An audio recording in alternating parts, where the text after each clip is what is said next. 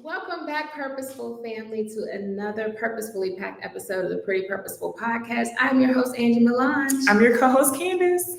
Y'all, today we have a very heavy conversation that we're going to have, and one that is long overdue. We're going to be talking today about the mixed race experience. And we actually wanted to do this episode last season, and the timing, there was so much going on with the election and so many other topics that were more relevant at the time that we just decided we didn't want to rush it. We just wanted to, allow things to flow organically. So things have, and here we are. So I'm excited to talk about this topic today. But before we get into it, as always, I got to check in with my sis. Sis, what you been up to? Girl, my plants are growing. Wow. Yes. So how long have they been growing now? It's been probably 2 months. That time went so quick, y'all. It went so fast. It did. And when I say, I've already been harvesting. I've already been eating some of the, I don't even think I told you that. No. But I placed it on one of I cooked the hamburger. And I used some of the lettuce from my garden for the hamburger, and it was delicious. That's amazing. It was so good. No, it was so good, and it was so fresh. And I want to show y'all a video of my plants growing. Yes.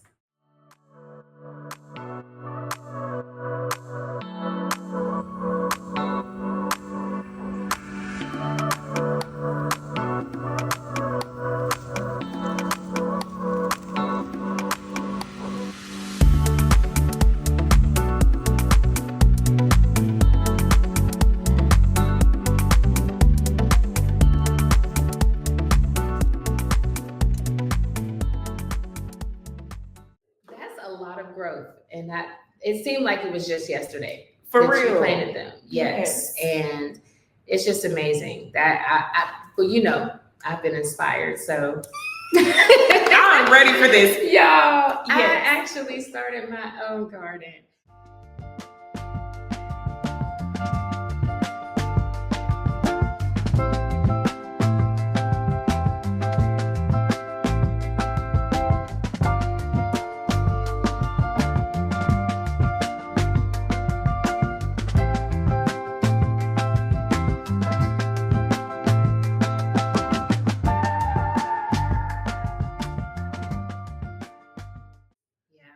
So proud. I love that. She's gonna have so many different vegetables. I'm just like, girl, yes. You might.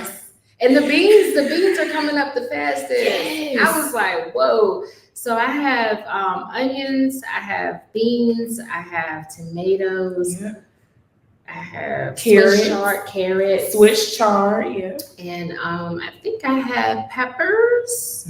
I have peppers, and I think parsley. Yes. Yeah. So I'm excited, y'all. I mean, hopefully we're inspiring you all. If it doesn't matter if you don't have a yard, if you have a balcony, it's just something, I want to say sacred. I don't want to be cliche, but it's just when you can just grow your own food, and to me, it feels like empowering. It's like, wow, you don't have to go out to the store and buy these things. You can literally just harvest. And that to me is just, it's very much divine. It is. It's very divine. Yeah, we weren't supposed to be capitalizing off of God's creation.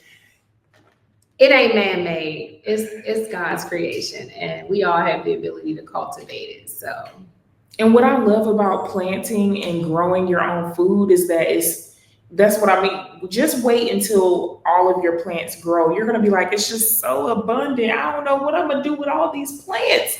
It's gonna be a lot, and it's just like overflowing, and it's a beautiful thing. Yeah, just to experience the whole life cycle, and to know that your intention, your efforts, it is so symbolic. I'm even thinking just the process of it can be symbolic to life and how we plant seeds, and you have to be consistent in watering. You got to be consistent in. Hey, we were talking about, what happens when it gets too crowded. I may have to transfer my plants to a larger pot. And that's like life. Sometimes life, it can be overwhelming with the things that you have on your plate, but you just got to be flexible and be able to pivot and move out the pot. Come on, that's a word. Get out the pot. Angee. Move out the pot to allow for more growth. That's it. See, that's it right there. Let it ring. Absolutely. I love that. So the other update I have for you all is that I went back home to Pittsburgh. Yes. Girl, it's been a couple years. Like the last time we went home was in 2023 when Michaela was actually looking at schools, and we went up there for her to tour CMU. Mm-hmm. So it was such a short trip that we didn't get a chance to see everybody. Right. So I was excited that we got to go back and celebrate her godbrother Jackson graduated. He's getting ready to go off to college. Got to see my family. It was a really great time. I'm glad that I took some extra time off, extended my stay so I can make my rounds.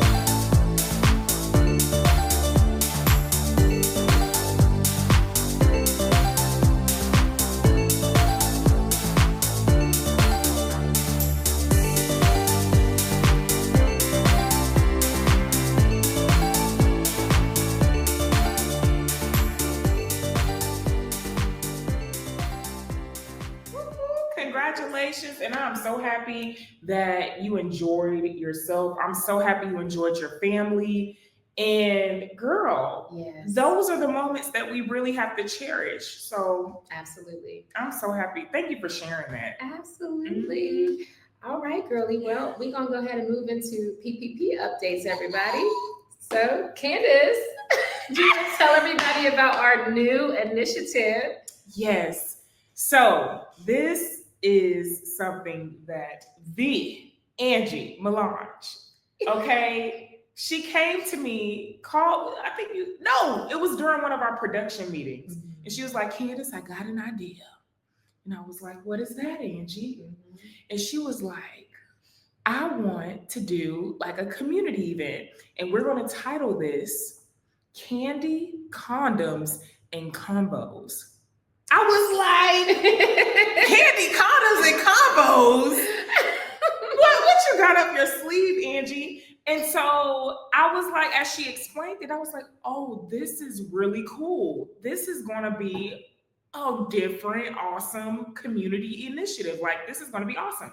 So we went to Impulse Karaoke down in Norcross, Georgia, and we set up shop, set up the tent, everything. Yes, just the two of us. And we set up in the parking lot. We got permission from the managers. We wanted to make sure we were good with the security, the police officers there.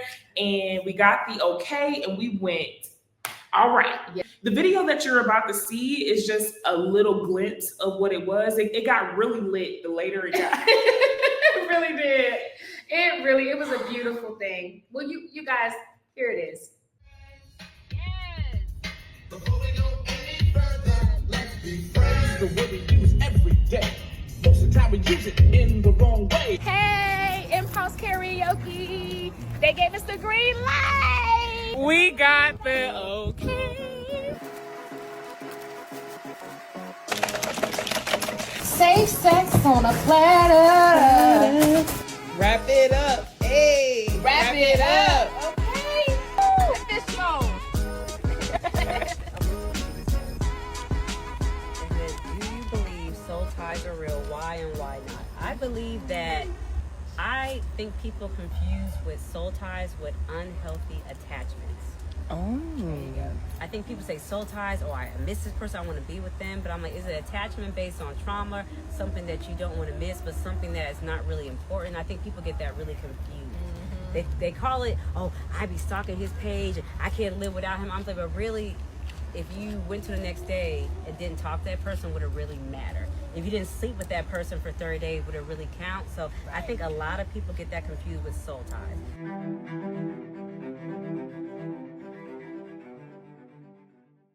We had a blast. We did. So I'm gonna rewind this a little bit and explain how the idea came about. Please. Because I want to give credit where credit is due. And you guys know we recently did an outing in partnership with Teens on Point. So getting back out in the community, that's what my personal goal and mission has always been, to just be involved in the community. Well, I work in healthcare. Some of you may know that I used to actually be a director of operations for a nonprofit here in Atlanta. And many of their programs were centered around STI prevention, HIV prevention testing. And so even that organization used to have an initiative where they had a street team go out and into the community, and especially at night, and actually intentionally reach out to people while they were out partying. They actually had a prevention team. So to me, I feel like this is an extension of my work, just my involvement in the community and just having that knowledge. Like, I'm very passionate about public health, especially the Black community's health. And with the combination of the experience from Teens on Point and then my background, and then Candace is also very health conscious as well. For those of you who don't know, my sis has it's Health Matters. Yes. Everything associated with Miss Candace, you can find her, is going to be associated with health. She's, very health conscious, which is why this initiative worked perfectly. So from our last outing that we did, we had a lot of candy left over. Mm-hmm. And I'm looking at the candy, I'm eating the candy. I ain't supposed to be eating the candy. But we had these bags, little goodie bags that were already packaged up, and we were giving them out to the youth whenever we did the outing with Teens on Point. So we had a lot of candy left over.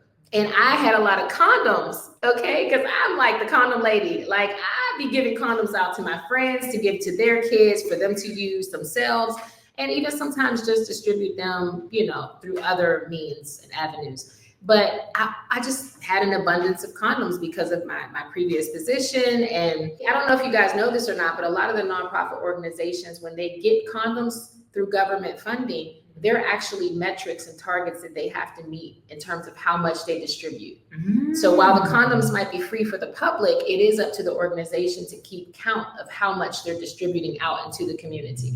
So that's the one thing on the back end that a lot of people aren't aware of.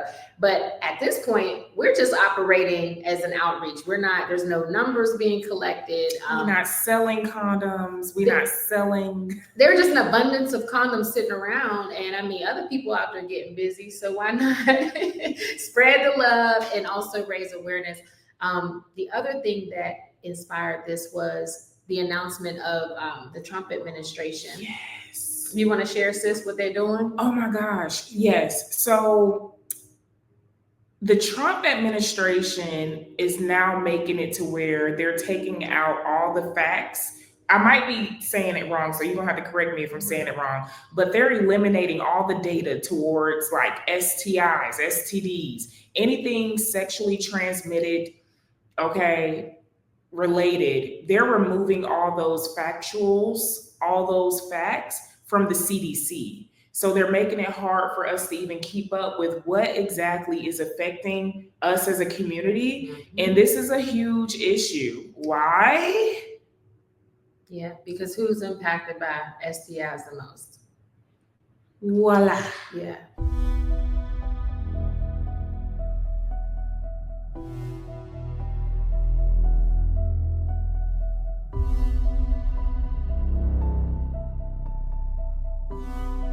Various public health websites were affected. The Department of Health and Human Services has data that was taken offline, and there were other government websites that have data. But the biggest kind of incredible sort of tidal wave of censorship was at the CDC. And so what I think is crazy here is that it's not. I think the administration imagines that they are dismantling some ideology and some way of thinking, but as a public health worker, as a physician in the front line, what they're doing is they're making it harder for me to be a good doctor. That to me, I took personal when I heard that. I know that might have went over a lot of people's heads in the media, but that stuck out to me because I did a lot of research using the CDC's website.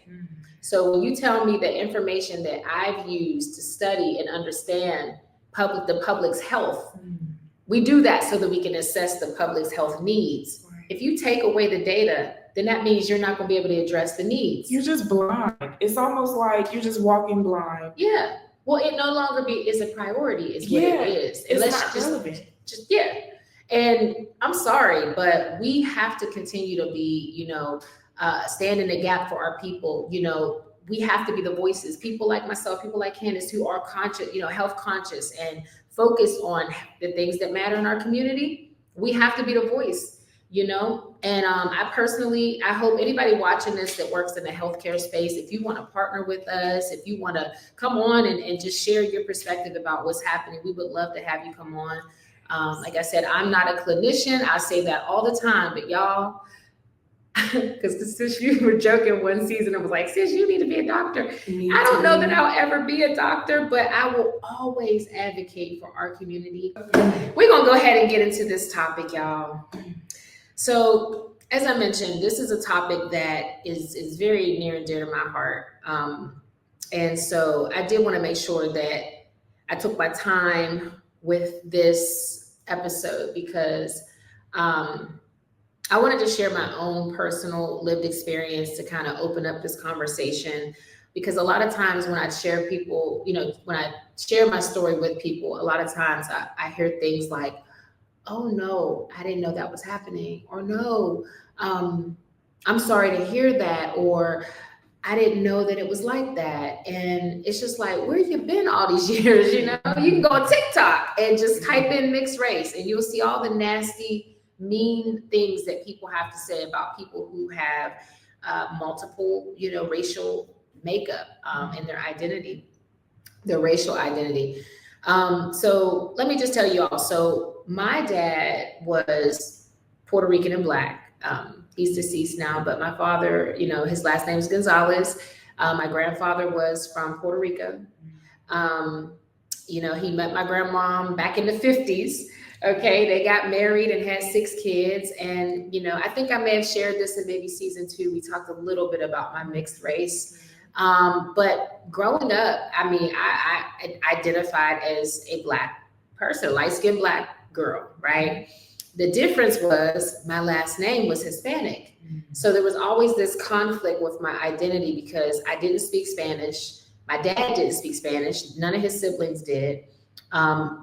I met my granddad when I was very young, but so young that I couldn't even remember him. We just not raised in Puerto Rican culture. So we functioned and operated like every other Black family. And because my grandma was Black and her side of the family was Black. And, but we did not ignore the fact that we were Puerto Rican. I will say that. You could tell that each of us from our own perspective wanted to be in touch more with that side of our identity. Like we yearned to know about our granddad's, family in Puerto Rico. We yearned to be able to speak Spanish fluently. In fact, one of my cousins actually does speak Spanish fluently, but only because he intentionally learned how to speak Spanish. Shout out to my cousin Jesse. But you know, the rest of us, I think we just never really talked about our experiences as being mixed. So what I'm going to do, guys, I want to just walk you all down a timeline of my life and what some of the experiences I've had just being mixed. So it starts out when I was a little girl. My sister and I have different dads. So she used to tease me and tell me that I was adopted because I had different texture hair than her, I had lighter skin than her, and I had a different last name than her. So probably while I was just, you know, before I even went to school, elementary school, I was just constantly taunted by my own sister and told that I was adopted. I also had a different side of the family, like the Gonzalez's. You know, I would go spend the summer with my grandma and that side of the family, and my sister didn't go with me. So that kind of sometimes even further, you know, confirmed what she was saying, like, okay, I got this whole set of family members that my sister doesn't have anything to do with. But I didn't understand as a little girl, the dynamic was my mom had a baby with a man before my dad and her were married. So that was the first experience. Second experience was in about, I would say, first grade, where people were teasing me, asking me, like, what are you? And I can't remember if it was Black girls or Black boys, or I can't remember. I just remember it was like I was the only person in my school with a Hispanic last name. And there were, you know, Caucasian kids or Black kids. There might even been a little, you know, sprinkle of, you know, Asian, right? Yeah. But there just wasn't a lot of Hispanics in Pittsburgh. And so my last name stuck out like a sore thumb. I was called Speedy Gonzalez. Okay. And then when people would ask me what my nationality was, of course, my dad was trying to make sure I understood why I had this last name. He was trying his best, as little as I was, to try to help me understand what it meant to have that last name. And so I knew that I was Puerto Rican. So when kids would ask me, what are you? I would say Puerto Rican, and my R would roll. As a little kid, I thought it was pretty cool to say it that way. But first fight that I ever got in was just on a school bus. The girl pulled my hair. I had the longest hair on the school bus. I probably had the longest hair as far as Black kids or, you know, minorities in the school, other than the white girls that had long hair. I had this long, wavy, thick hair that was just had a life of its own, really. So we're on a school bus, and my hair is just doing what it does, big old poofy ponytail, and I kept feeling somebody tugging my hair through the, you know how you sit by the, you know, the windows, and your hair can stick back to the neck. Okay, so girl kept pulling my hair. I didn't know why. So I got mad and turned around and said, quit pulling my hair. And she said something to me. Now, mind you, we were only like in the first grade at this time, second grade. And she was looking for a reason to fight me, because as soon as we got to the bus stop, as soon as I stepped off the bus, this girl punched me. First grade? Yes. Yeah. Didn't know why, you know. Now, she never said anything about my race, but I'm just going to say that there was a difference between her and I. You know, I looked different, you know, for whatever reason. Again, she never confirmed why, but I never did anything wrong to her for her to pull my hair. So that was the second situation. And I ended up with a black eye. That was the first time I had a black eye in my life. As a little kid, I got a black eye. And my babysitter, Miss Dump, rest in peace, Miss Hazel McCrae, we called her Miss Dump. She was my first advocate. Now, this is going to get me a little teary-eyed, because Miss Dump was a Southern, you know, she was an older lady who had actually grew up in the South, in the deep South. I can't remember if she was from Louisiana or Mississippi, but she was definitely from down South. And I don't know how she ended up to Pittsburgh or when, but anybody that knows Miss Dump, if you grew up in Arlington Heights, if you're from the South Side, you know who Miss Dump is. She was the icy cup lady. She was our babysitter.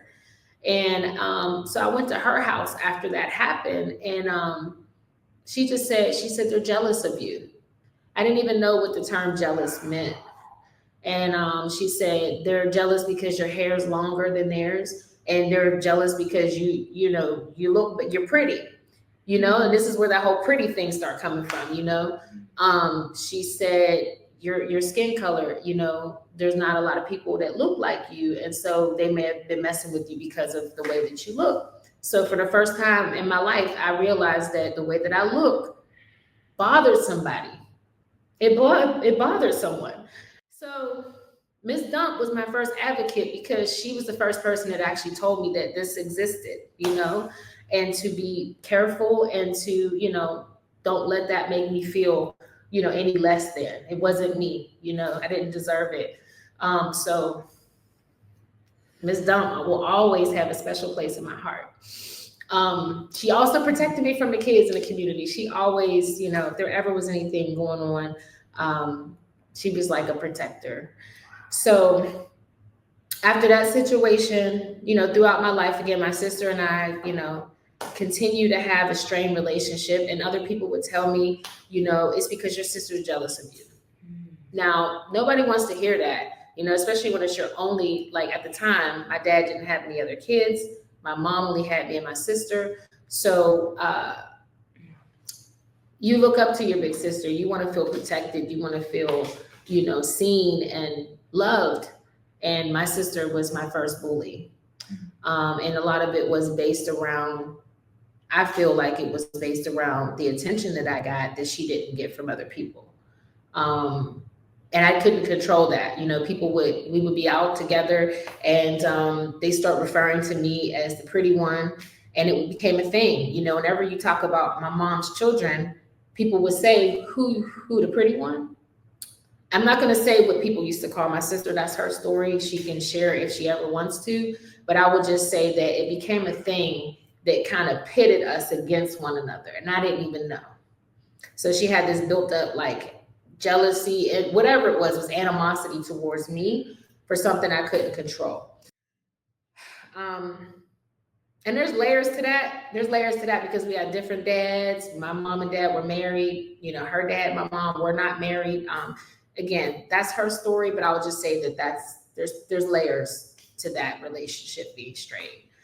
Fast forward from the home life, there were situations in, you know, middle school, again, with the last name, you know, again, me being brought up in a home with Black women around me, women who, you know, taught me to be proud of my Black heritage. There was no be proud of being Puerto Rican. Like nobody could identify what does it mean to be a Puerto Rican woman. So I didn't have any reason to like feel like I wasn't a part of the community. Even though I had these encounters, I just still like, I'm Black, I'm just, you know, mixed. And that's another thing, the term mixed, I never came up with that. Other people called me mixed before I ever knew what mixed was. Wow. So I just started like, okay, I guess I'm mixed. I'm gonna hop around because I don't want to spend too much time on my childhood, but I would just say fast forward into the corporate space. You see Gonzalez on a resume, that's a strike. You see me show up and I have braids in my hair and you hear me open my mouth and I speak with a conviction of I know who I am, a Black woman, a Black light-skinned woman, and got some type of stereotype about me already. So I present myself very strong. I know who I am. And then for someone in corporate to make me question who I am, because the first thing they ask me is, do you speak Spanish? And as soon as I say no, it's like, I either don't get the job because they thought I was a Hispanic that spoke fluent Spanish, or I don't get the job because they don't want another Black woman in their space. Okay, so that's what I dealt with a lot of, and that's just like face-to-face back in the day when you did like face-to-face interviews. Yes. But moving forward, you know, I will say that went on. So whenever me and my first husband, his last name was Islamic, but having that last name, I would sometimes, my last name was hyphenated. I would sometimes take the Gonzalez off and just use his last name.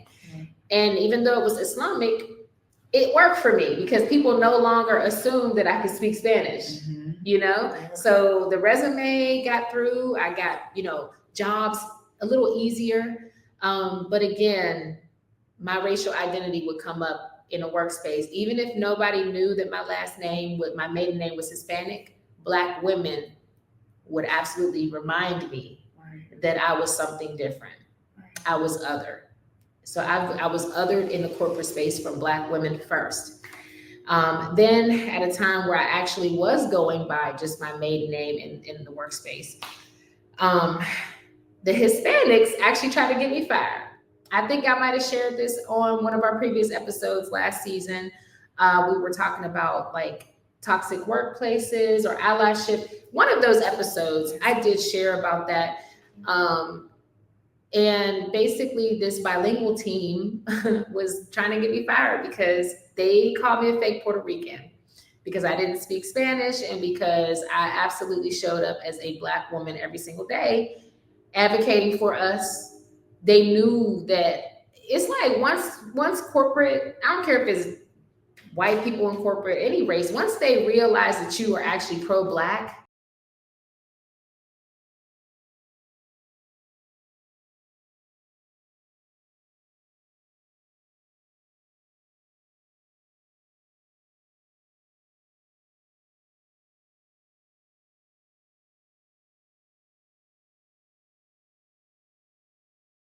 it changes the game. Yeah. It changes the game. So not only am I getting, this resistance and challenges on one side from people that aren't Black, that might be Hispanic or whatever race, but the Black women specifically, my sisters, whom I love, whom I always advocate for, who I always see and understand the adversities and the barriers and the challenges of being a single mom or growing up poor, or just being Black in America. I never was given credit for that. It was like people would just not even realize that I'm an ally, I would be attacked. So that went on, and I just kind of got to a place where I was like, you know what? I can only just continue to be me. I'm going to continue to be pro-Black. I'm going to continue to advocate for us. And those who want it, those who see me and see the allyship will get it. And those that want to come against me, attack me, I don't want to say karma, but I'm just going to say that, God will take care of them. So fast forward, I moved to Atlanta. Actually, it was during the last Trump administration. And because at that point in time, I was managing a contact center. I was wearing micro braids, okay, in a boardroom with all white women and white men. And I'm the only with a Hispanic last name, but I'm sitting up there with micros in my hair, proudly wearing my micros. Yes. Loving representing, my culture. That's right. But they didn't want to see somebody with braids sitting in their boardroom. So I knew that there was not going to be any room for me to grow in that organization. So Atlanta, I knew was diverse. I knew that there was a high success rate for Black people and Black women specifically in leadership roles. So I didn't realize, I knew that there was a mixed culture here too. So I'm like, okay, someone like me showing up in Atlanta is not going to be like oh my God, what are you? It's just going to be the norm. And for the most part it was. But when I was working, I'm not going to say what organization it was, but I'll just say I had an experience with a colleague who was light-skinned like me. This individual pretty much called me out in front of everybody in the meeting. She didn't call me out directly, but she spoke to mixed people not being able to speak on behalf of the Black community. And I'm the only mixed person in the room. And I'm also the newest employee at the organization. And this is coming from another light-skinned woman who already knows the challenges that you face as being light-skinned in the Black community, being excluded, being the butt of jokes, being criticized, being overly criticized, assumptions being made about one's personal perception of self. We are often, labeled conceited, think we're better. There's a perceived privilege that comes with lighter skin. And yes, there may be privileges, but a lot of times we don't even know what those privileges are until we experience them. And just as much as there's privileges, there are disadvantages of being light skinned.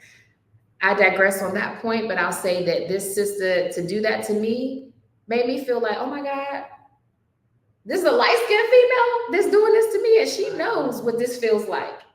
So at that point, I said, my Blackness is being questioned in a way I had never felt before, because it's coming from a light-skinned woman who should be an ally. Just be an ally just because you know what it's like to be light-skinned. Right. And I'm sure that people probably have thought that she was mixed. As light-skinned as she was, I'm pretty sure people often question her identity. Mm-hmm. And I felt like she basically, I feel like she was trying to, pit people against me, because I was starting to build relationships with people there organically. Between the two of us, I was the one who actually came from, the same type of community that we were actually serving, people living under the poverty, line, and dealing with, just the things that people that live in poverty deal with. So I was able to relate more to the community that we were serving. And she, on the other hand, was someone who had a privileged life. She was, as she would say, and I'm going to quote, she was an Army brat, and she would often brag about that. So for someone like me who actually could relate more to the Black experience because I've lived it, it was like she felt threatened. I felt like she was threatened by my ability to come in as a new person and not just only be mixed, but being mixed and still being able to relate more than her to the actual community. The people there, they respected me. They knew that my communication and interactions with them was organic, whereas hers was probably forced. Yeah. And she probably really didn't understand or get where they were coming from. Me, on the other hand, I'm empowering people because I get it. And again, I don't know why she did what she did. I can only guess. But ultimately, that experience woke me up. It made me realize you can't sit here and be in denial about your actual identity, the people's perceived identity of you. You have to acknowledge the perception of you, even if it is not accurate. You still, I can't sit here and continue to be in denial about it, because then I'm just gonna keep on running into these issues.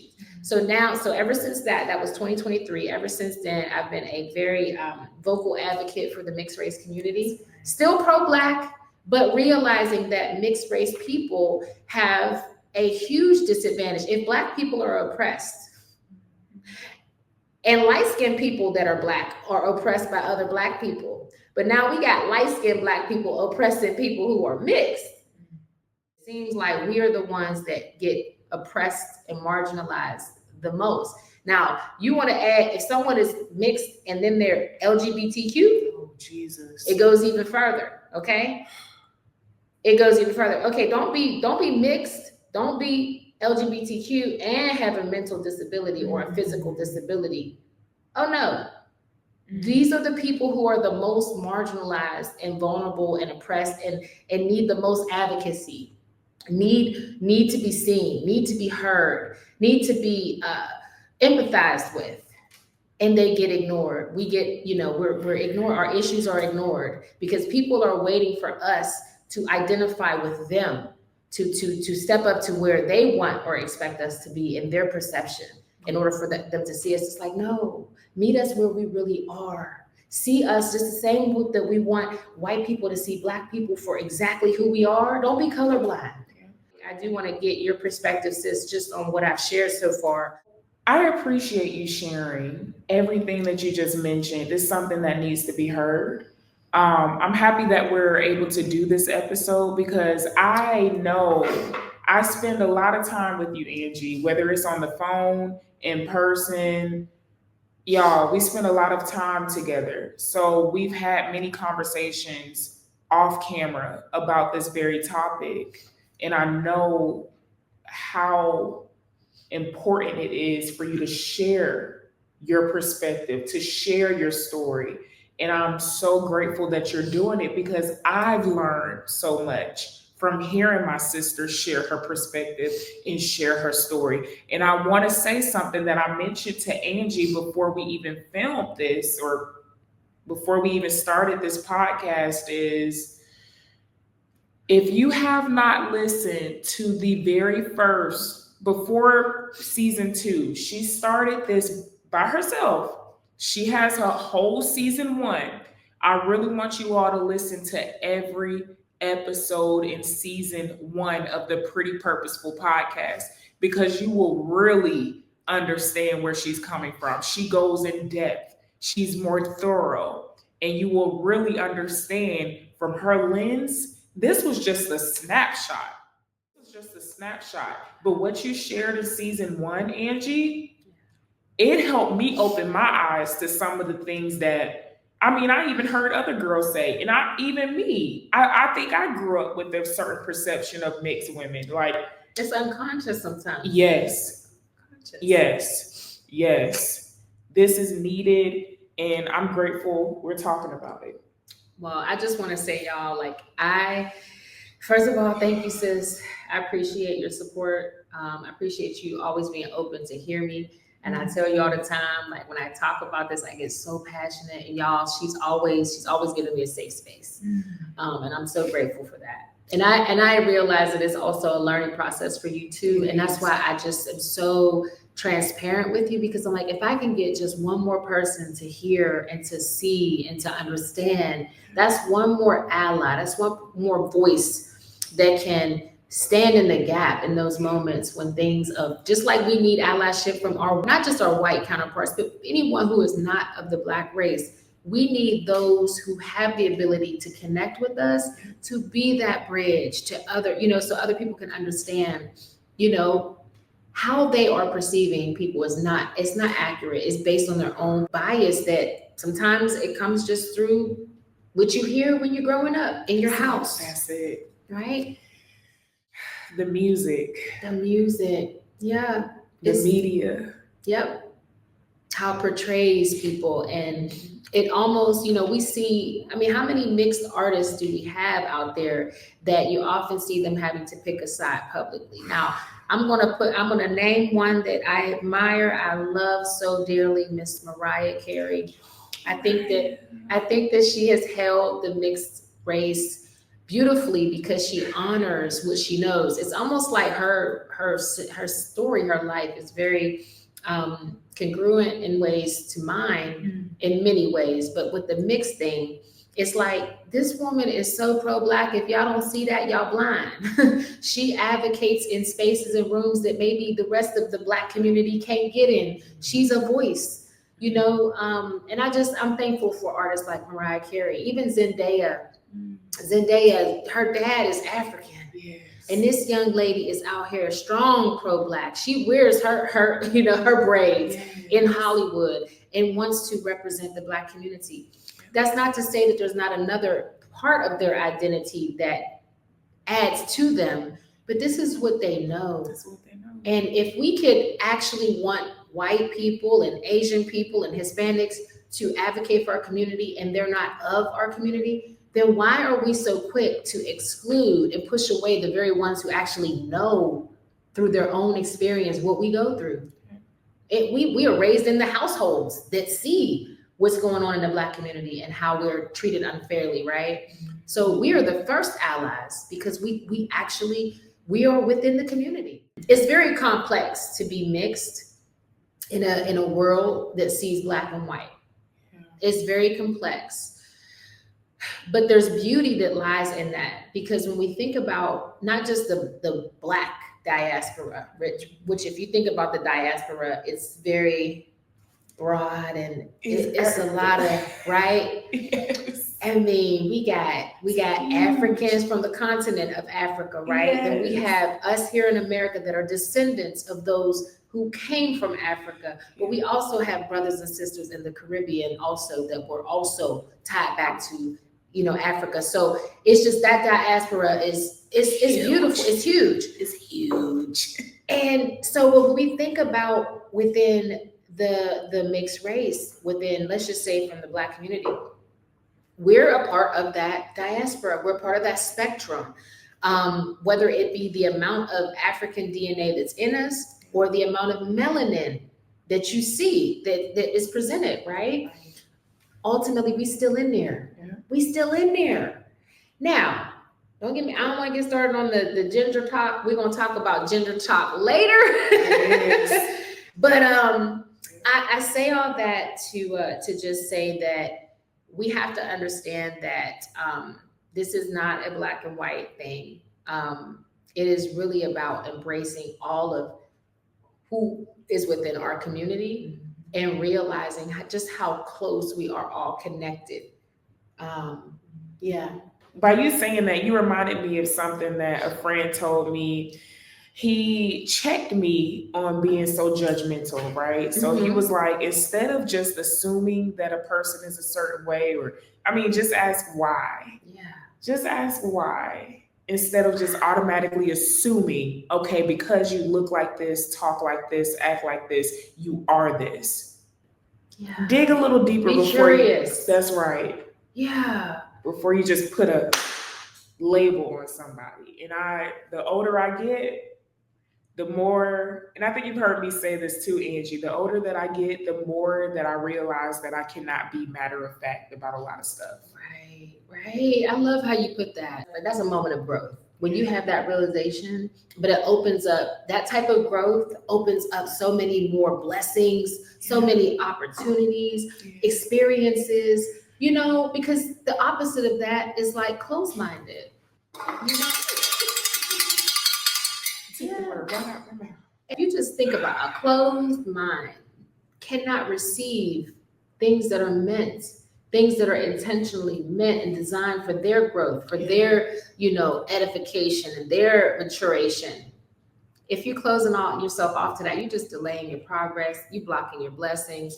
And I say this all the time. I talk when I share with Candace, she always tells me I'm dropping bars because I'll just think of a scenario.